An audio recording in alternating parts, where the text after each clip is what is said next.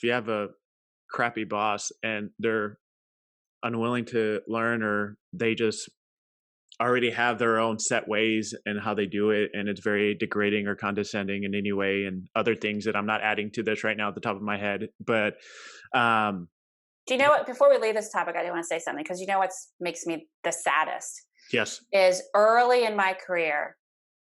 So before I, became like an in-house head of marketing, but earlier in my career, I had two bosses that were really not good experiences, and they were Mm. both women.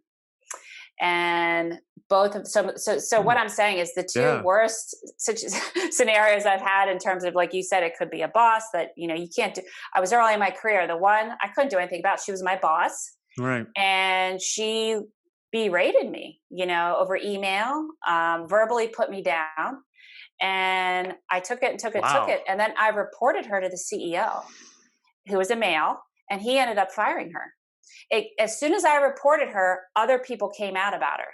She had been doing this to everyone. She was like an editor or something. She had been doing this to Wow. everyone in the company. It was a So ticking time bomb. no one had spoken up. I spoke up. I was like, this is like, she even went so far as saying, I can't believe we hired you at this salary, you know? And that was like, for Dang. me, the last straw. Yeah.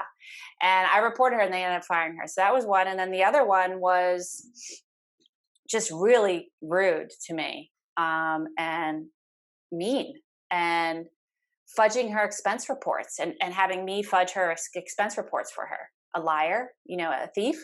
Yeah.